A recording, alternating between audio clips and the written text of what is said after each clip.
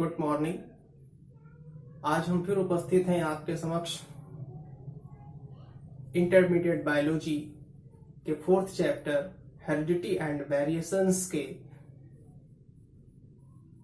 Part 2 के साथ। आज के टॉपिक को शुरू करने से पहले हम बात करेंगे अपने पिछले टॉपिक की, पिछले वीडियो की, जिस पर जो कुछ टेक्निकल फॉल्ट की वजह से अधूरा रह गया था। तो पिछले वीडियो में हम पढ़ रहे थे मेंडल ने अपने एक्सपेरिमेंट मटेरियल के रूप में मटर के पौधे का चुनाव क्यों किया था और उनकी सक्सेस के क्या क्या कारण थे, जिनमें से हमने बहुत सारे रीजंस पर चर्चा कर ली थी। कुछ पॉइंट्स बात करने के लिए, एक्सप्लेन करने के लिए शेष रह गए थे, जिनमें एक pea plants are monoecious with bisexual flowers. मटर का प्लांट एक ऐसा पौधा होता है जिसमें मेल और फीमेल दोनों टाइप के रिप्रोडक्टिव ऑर्गन्स एक ही फ्लावर में मिल जाते हैं, और इससे अलग अलग प्रकार के पौधों को अलग अलग क्यारियों में बोना नहीं पड़ता है। तो कम जगह में बहुत सारे पौधे मिल जाते थे।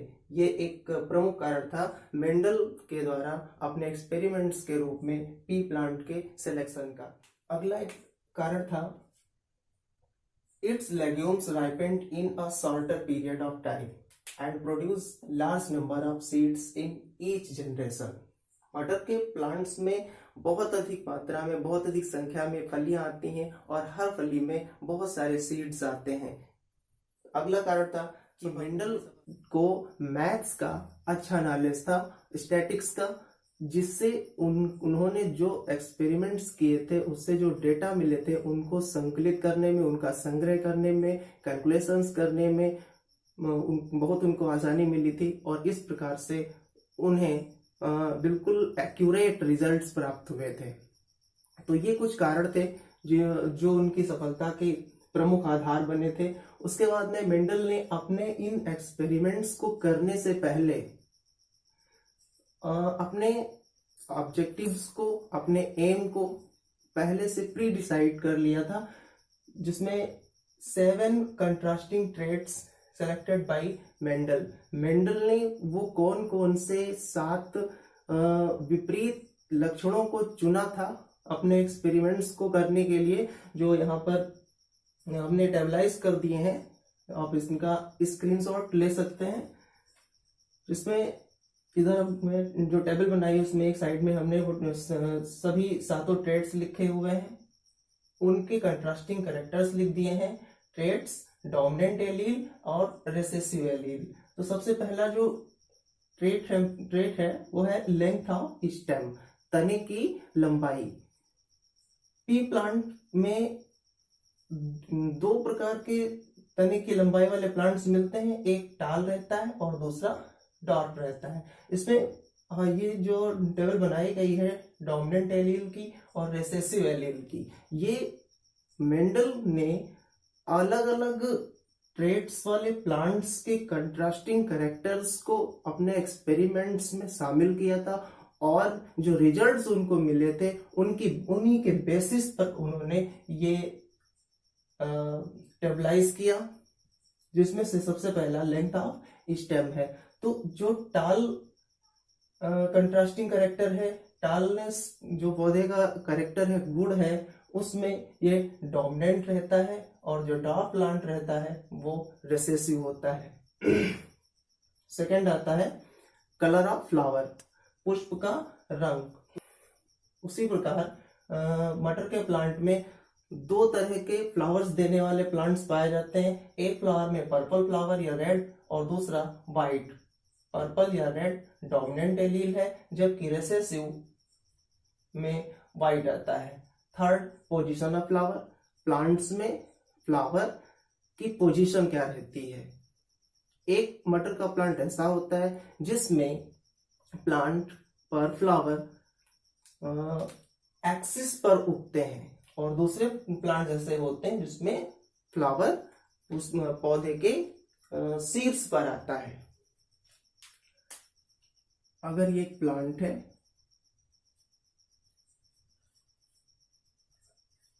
और एक ये पी प्लांट है,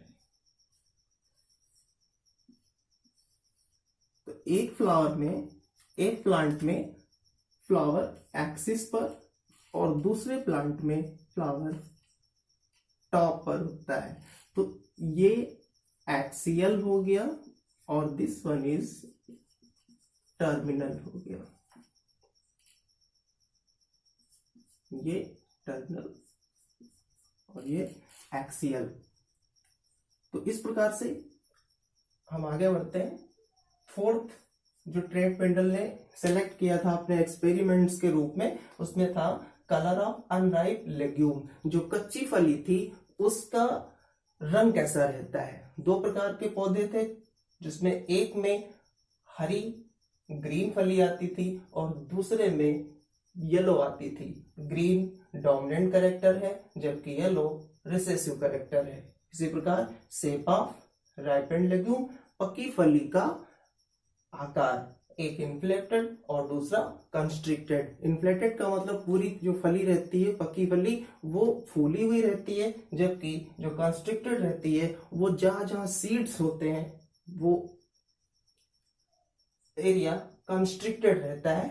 लाइक दिस, अगर ये एक फली है तो दिस वन इज इन्फ्लेटेड और सेकंड लाइक दिस। अगर यहां पर सीड्स हैं तो ये पोजीशन कंस्ट्रिक्टेड रहती है। यहां से कंस्ट्रिक्शन, इधर से कंस्ट्रिक्शन, यहां से कंस्ट्रिक्शन और यहां से कंस्ट्रिक्टेड। तो ये इन्फ्लेटेड है और ये फली कंस्ट्रिक्टेड है। इसी प्रकार से अगला जो सिक्स्थ इन्होंने ट्रेट लिया था अपने एक्सपेरिमेंट्स में वो था शेप ऑफ सीड, बीज का आकार। दो तरह के बीज उत्पन्न करने वाले पौधे, एक में राउंड आता है सीड, गोल बीज, और दूसरे में रिंकल्ड। एक में बिल्कुल गोल सीड उत्पन्न होते हैं पौधे में और दूसरे पौधे की लेग्यूम में पिचके हुए मटर के दाने आते हैं। अगला सेवेंथ जो कैरेक्टर था वो था कलर ऑफ कॉटलीडॉन्स, बीज पत्रों का रंग, एक येलो और दूसरा ग्रीन। जो pea plant is a dicotyledonous plant, अर्थात इसके सीड में दो बीज पत्र होते हैं। एक पौधे में सीड का जो कॉटिलिडॉन है वो येलो कलर का आता है और दूसरा ग्रीन कलर का। तो ये कुछ मेंडल्स के 7 कंट्रास्टिंग ट्रेड्स थे जिन्होंने अपने एक्सपेरिमेंट्स में पहले से ही उन्होंने डिसाइड कर लिया था कि किन चीजों पर, किन ऑब्जेक्टिव्स पर हमें एक्सपेरिमेंट करना है। और इसी वजह से मेंडल को अपने एक्सपेरिमेंट्स में अच्छी सक्सेस मिली और उन्हें आगे चल करके फाउंडर ऑफ जेनेटिक्स की उपाधि मिली। आज की इस वीडियो में हम जानेंगे मेंडल ने अपने एक्सपेरिमेंट्स को सफल बनाने के लिए जिन प्रतीकों का यूज किया था वो क्या थे, सिंबलाइजेशन पर स्टडी करेंगे। और बहुत सारी इसमें टर्मिनोलॉजी है, भाषावली है जो जेनेटिक्स में काम आती है। जब तक हम उसको नहीं समझेंगे तब तक हमें मेंडल के नियम ठीक से समझ नहीं आएंगे।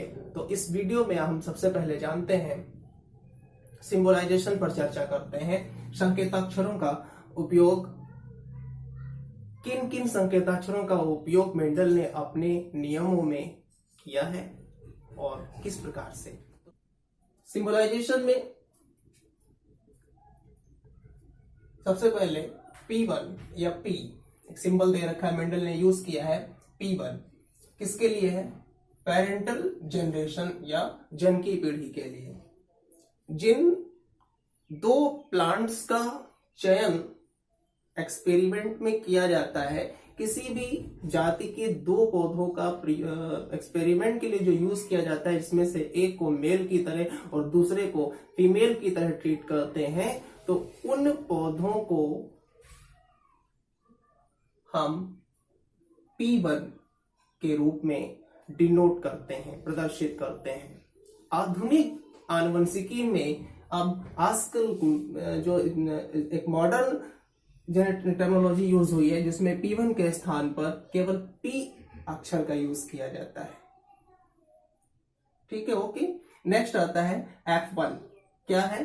फर्स्ट फिलियल जनरेशन, प्रथम संतानीय पीढ़ी।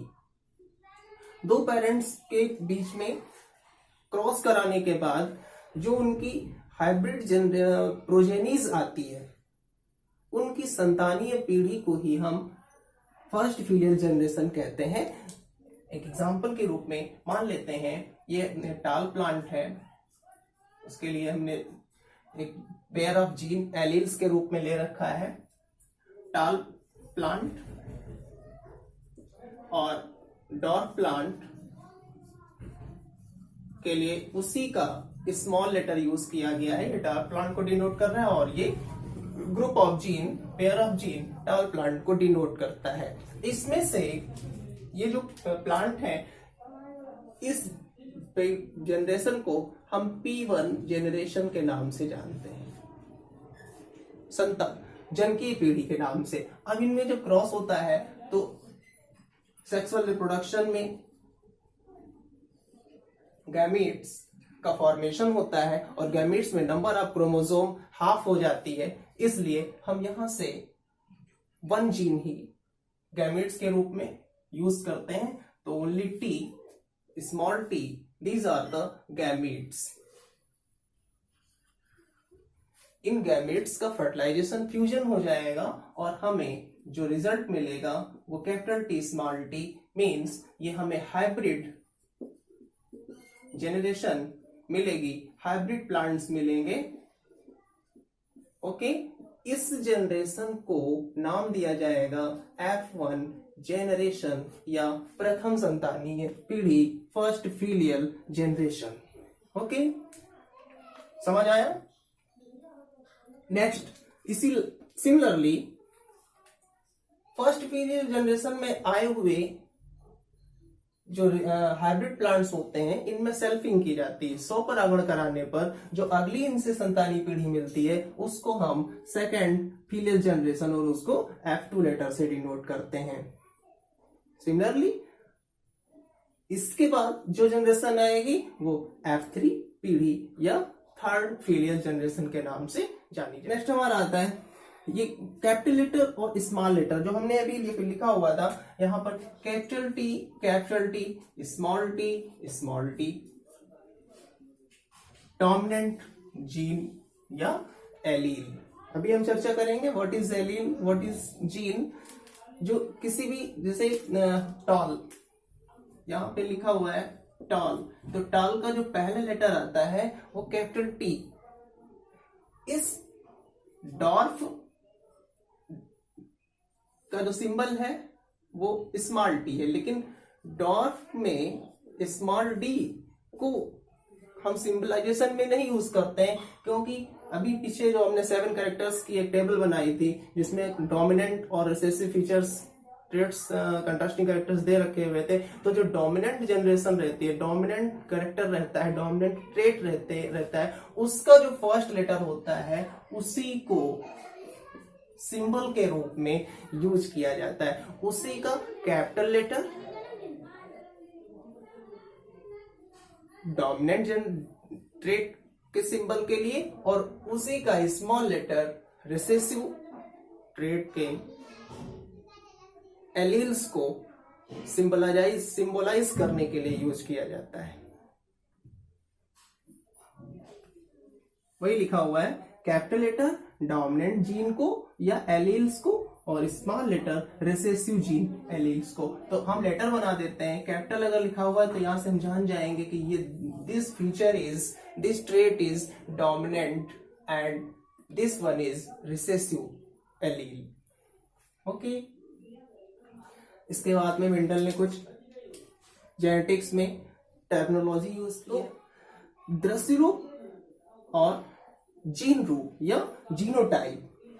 दृश्य रूप जो कैरेक्टर किसी भी जीव में दिखाई देता है, परिलक्षित होता है, वह उसका दृश्य रूप होता है, और उस दृश्य रूप को प्रदर्शित होने वाला जो फैक्टर होता है, प्रदर्शित कराने वाला जो कारण होता है, वो कारण उसका जीन रूप या जीनोटाइप बोला जाता है। जैसे capital T, this one is phenotype, long, height, tallness, tall plant is phenotype, but capital T is its genotype. ये इसका जीनोटाइप है और टाल है, ये हमें दिख रहा है, जो चीज हमें दिखाई देती है वो दृश्य रूप रहती है। ओके, नाउ नेक्स्ट आते हैं होमोजाइगस और हेट्रोजाइगस, समयुग्मजी, विषमयुग्मजी, समयुग्मजी और विषमयुग्मजी। होमोजाइगस क्या होता है, इसी से समझते हैं। When both the genes of a pair are identical, जब जीन जोड़ी के दोनों ही एलील्स, जीन जोड़ी के दोनों ही एलील्स एक जैसे होते हैं, समान होते हैं, आइडेंटिकल होते हैं, then condition is called homozygous. Otherwise if non-identical, one is capital T and other is small t, then condition is called heterozygous, विषम युग्मजी। समझ आया? यहाँ आप देख रहे हैं इधर दोनों, जो हमारा ये टाल का जो जीन है, जीन पेयर है वो कैपिटल टी, दोनों ही कैपिटल टी है। डॉफ का जो रिस्पॉन्सिबल जीन है स्मॉल टी है। दोनों ही जीन पेयर, दोनों ही जीन पेयर के दोनों ही जीन्स स्मॉल टी है, इसलिए ये दोनों क्या हो जाएंगे, बोथ आर होमोजाइगस। और this one is capital T small T is heterozygous. Okay, समयुग्मजी, विषमयुग्मजी। तो हेट्रोजाइगस को हम हाइब्रिड या संकर भी जानते हैं। ठीक है, next monohybrid cross, dihybrid cross. अब इसको हमें समझाने के लिए थोड़ा हमें स्पेस चाहिए, तो इसको थोड़ा इरेज करना पड़ेगा। इसको समझने से पहले हमें ध्यान करना पड़ेगा, जो मेंडल ने 7 कंट्रास्टिंग कैरेक्टर्स लिए हुए थे, 7 ट्रेड्स थे, और उन सभी ट्रेड्स के एक एक पेयर कंट्रास्टिंग कैरेक्टर थे। तो कुल मिलाकर के जो कंट्रास्टिंग कैरेक्टर थे वो 14 थे, लेकिन जो ट्रेड्स थे वो 7 थे।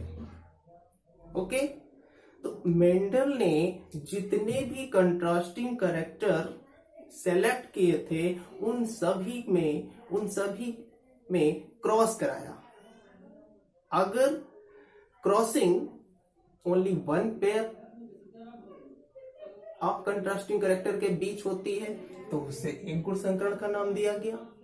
अगर 2 contrasting character, 2 pair contrasting character के बीच में क्रॉस किया जाता है तो उसे डाइहाइब्रिड क्रॉस कहते हैं। और इसी प्रकार से अगर 3 पेयर ऑफ कंट्रास्टिंग कैरेक्टर के बीच में क्रॉस होता है तो उसे ट्राइहाइब्रिड क्रॉस या त्रिगुण संकरण के नाम से जाना जाता है। तो सबसे पहले हम यहाँ पर समझ लेते हैं कि मोनोहाइब्रिड क्रॉस या एक गुण संकरण क्या होता है। When a cross made between only 1 pair of contrasting character to the study of their inheritance, then cross is called monohybrid cross. यदि केवल एक जोड़ी विपरीत लक्षणों के बीच उनके गुणों की आनुवंशिकता का अध्ययन करने के लिए क्रॉस कराया जाता है तो इसे हम एक गुण संकरण कहते हैं। जैसे मान लेते हैं कि एक हमारे पास मटर का लॉन्ग स्टेम वाला प्लांट है और दूसरा डॉर्फ स्टेम वाला प्लांट है। तो डॉर्फ स्टेम प्लांट और टॉल स्टेम का प्लांट के लिए सबसे पहले मेंडल ने जो सिंबलाइजेशन यूज किया था, जो सिंबल्स यूज किए थे, तो टाल प्लांट, फॉर द टाल प्लांट्स पहले हम यहाँ पर लिखते हैं, एक एग्जांपल्स के रूप में समझते हैं। tall plant. Second, dwarf plant. Tall plants के लिए जो जीन पेयर यूज किया गया कैपिटल टी, और डॉग प्लांट के लिए इसी का स्मॉल लेटर, इसका स्मॉल लेटर कैपिटल लेटर और इसी का स्मॉल लेटर डॉग के लिए यूज किया जाता है। इसको ये कौन सी जनरेशन है? P1 generation. गैमेट्स बनेंगे at the time of fusion. Before fusion gametes forms, और जो गैमेट्स बनते हैं वो मियोसिस के थ्रू बनते हैं। Number of chromosomes becomes half, आधी हो जाती है। गैमेट फॉर्मेशन हुआ, गैमेट्स और गैमेट्स का फ्यूजन संयुग्मन होने के बाद में कैपिटल टी स्मॉल टी, ये जो हाइब्रिड जनरेशन मिलती है,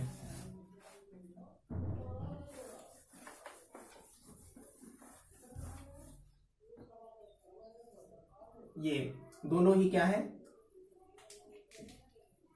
both are homozygous.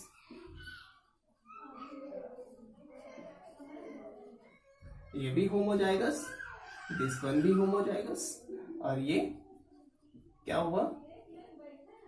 Heterozygous, because both genes are non identical, और इसमें both genes are identical to each other, इसलिए सम युग्मची और ये विषम युग्मची हुआ। मैंने बताया था कि हेट्रोजाइगस कंडीशन में जो ऑफस्प्रिंग्स या प्रोजेनी मिलती है उसे हम हाइब्रिड बोलते हैं। तो ये हाइब्रिड प्लांट्स मिलेंगे, और इसकी जो ये जनरेशन कौन सी है? ये संतानीय पीढ़ी है, लेकिन इन पेरेंट्स की पहली संतानीय पीढ़ी, इसलिए इसको हम फीलियल जनरेशन F1। तो इसकी F1 जनरेशन में केवल हेट्रोजाइगस टाल प्लांट्स मिले हुए हैं, मतलब सभी पौधे जो इसकी फर्स्ट फीलियल जनरेशन है उसमें सारे के सारे प्लांट्स लंबे तने वाले प्राप्त हुए हैं। ये इसलिए एक संकर संकरण कहा जाता है क्योंकि इसमें केवल एक ही जोड़ी विपरीत लक्षणों वाले पौधों के बीच में संकरण कराया गया है। आगे हम चलते हैं डाई हाइब्रिड क्रॉस पर। When a cross made between two pair of contrasting character for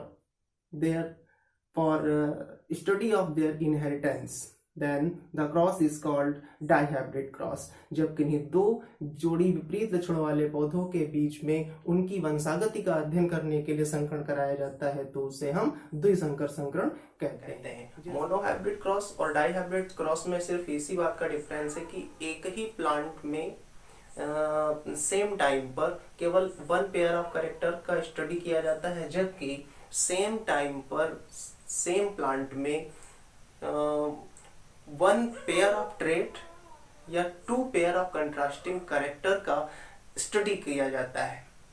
जैसे दो प्लांट हैं अलग अलग, जिसमें प्लांट नंबर 1 में और प्लांट नंबर 2 में सेम तरह के ट्रेट्स का स्टडी किया गया है। जैसे दोनों में ही हमें बीज का आकार और दोनों में ही उनके बीजों के बीज पत्रों के रंग का स्टडी करना है कि उनकी इन कैरेक्टर्स की जो आनुवंशिकता है वो किस प्रकार से होगी। जैसे जो पहला प्लांट है उसमें जो बीज है वो गोल आ रहे हैं, जबकि उन बीजों के बीज पत्रों का कलर जो है वो येलो है। इसी प्रकार से जो दूसरा प्लांट है उसमें बीजों का जो आकार है वो झुर्रीदार रिंकलेट है, जबकि उनके कॉटिलेडॉन्स या बीज पत्रों का कलर जो है वो ग्रीन है। अब इनके जो जीन्स है उसमें हमने राउंड के लिए कैपिटल आर और येलो कॉटिलेडॉन्स के लिए कैपिटल वाई जीनोटाइप लिया हुआ है, जबकि रिंकल्ड सीड्स के लिए इसी लेटर का जो डोमिनेंट रहता है उसी का स्मॉल लेटर, और जबकि जो कॉटिलेडॉन्स जो ग्रीन है जो रिसेसिव रहता है उसके लिए हमने स्मॉल वाई जीनोटाइप ले रखा है। अब इन दोनों प्लांट्स में हम क्रॉस कराएंगे तो देखते हैं क्या रिजल्ट आता है। Capital Y and then small Y. These are the parental plants, P1 generation के हैं ये। इनके गैमेट्स जो बनेंगे वो मियोसिस होने की वजह से नंबर ऑफ क्रोमोसोम्स हाफ, तो ये इनके गैमेट्स हमेशा गोले में नोट किए जाते हैं। तो ये इनके गैमेट्स हो गए। अब इनकी जो F1 जनरेशन आएगी, जब इनके बीच में क्रॉस होगा तो इनका जो रिजल्ट्स रहेगा वो capital R, small r, capital Y, small y, ये इनकी संतानीय पीढ़ी F1 जनरेशन रहेगी। F1 जनरेशन में कैपिटल R राउंड और स्मॉल r रिंकल्ड सीड्स को प्रदर्शित करता है।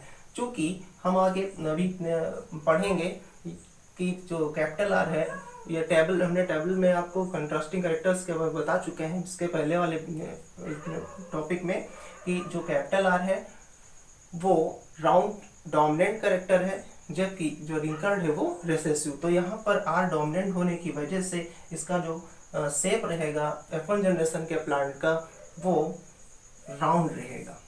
तो round seeded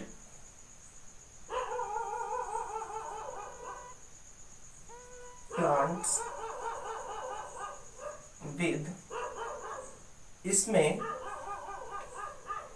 recessive gene Y green कोटिल्डॉन्स का है, लेकिन जो वाई जीन है वो डोमिनेंट है किस पर, वाई पर, और इसका जो फिनोटाइप है वो येलो कोटिल्डॉन्स का है। तो विद येलो कोटिल्डॉन्स।